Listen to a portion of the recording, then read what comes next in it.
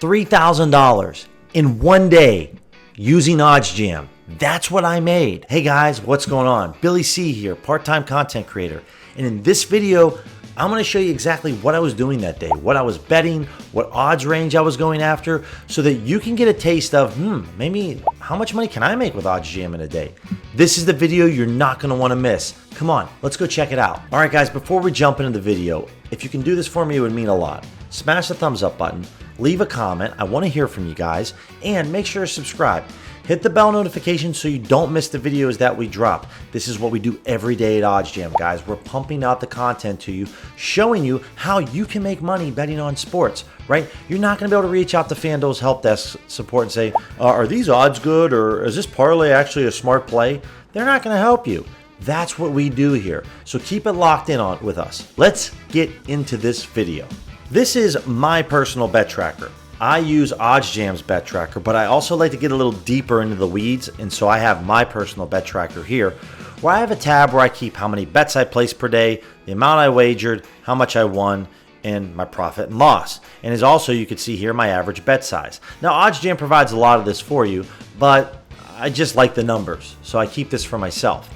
And guys, I understand if you're like, well, Billy, I can't wager $5,600. Maybe I don't want to wager $5,600, or I just don't feel comfortable doing it. Well, guys, when I started back in OddsJam of October of 2022, I wasn't doing this either. I wasn't betting this much money. But as I started to gain more confidence with the tools, have a better understanding of how they work, and then saw my bankroll grow, my unit size naturally went up, and that's how I got to this point. So if we hop over the bet tracker here at OddsJam, and then you go down to Sweat Station, this is an awesome feature that they have. I kicked ass in April, made $4,500, but the main driver of that was April 6th. Now, I did place 2 prize pick entries, and I didn't win them. So all this money that I made came from straight wagers. That's the first tip that you need to understand, straight wagers. And out of those 35 bets, I won 26 of them, kicked a lot of butt.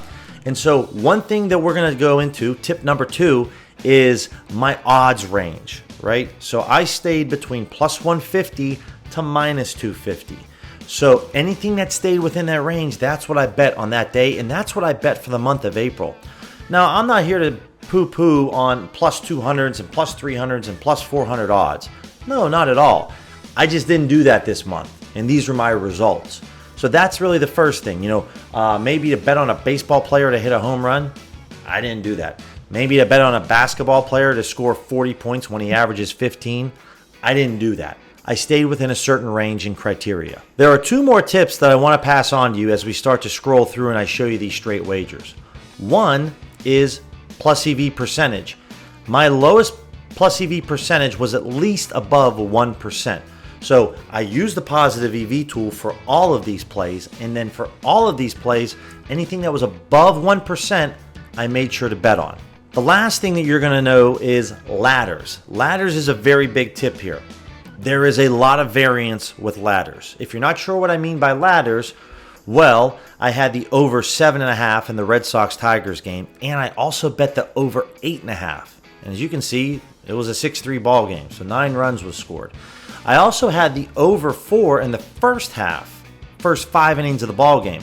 And also here at the top, I had Red Sox over 2.5 for the first half team total. So, right, everything's kind of correlated, right? If the Red Sox, if I want them to score 3 runs in the first 5 innings, well, that helps the first 5 innings on the over, and it helps on the over altogether, right? So I hit 3 out of 4. What you need to understand with ladders is there can be significant swings and variance, right? If this ball game ended 2-0, well, I lose all 4. And then I'm not making a video telling you about how I made this much money. So you need to keep that in the back of your mind. It's all based on your risk tolerance, guys. Now, obviously, I got a pretty hefty taste for some risk, right? So I bet the overs, and that's how, in the ladders here, and that's how you're going to start to see a lot of my plays really pile up. So another example here of I bet the over 7.5 and 8.5 in the Giants-White Sox game, and then the pitcher, Lance Lynn, I bet his under on his strikeouts prop, right? The thought process is, well, there's going to be runs scored, and Lynn's not going to get 7.5 Ks. One thing, though, another way that you can look at this, guys, is that each individual play has an edge. right? So even if you're like, Billy, maybe I would just bet like the over 7.5 because that's the safer play than the over 8.5. That's okay, but I look at each one of these plays as each individual play has an edge, and I want to grab as many of those plays as I can.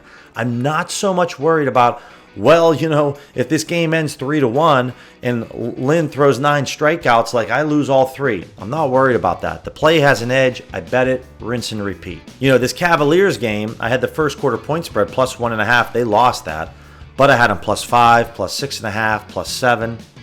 Start to get the picture. They all hit. And, player prop bets, you're going to see on this day I have a few player prop bets. I don't have an overwhelmingly amount of player prop bets. Out of all of the 35 bets, I would say 25% of them were player prop bets.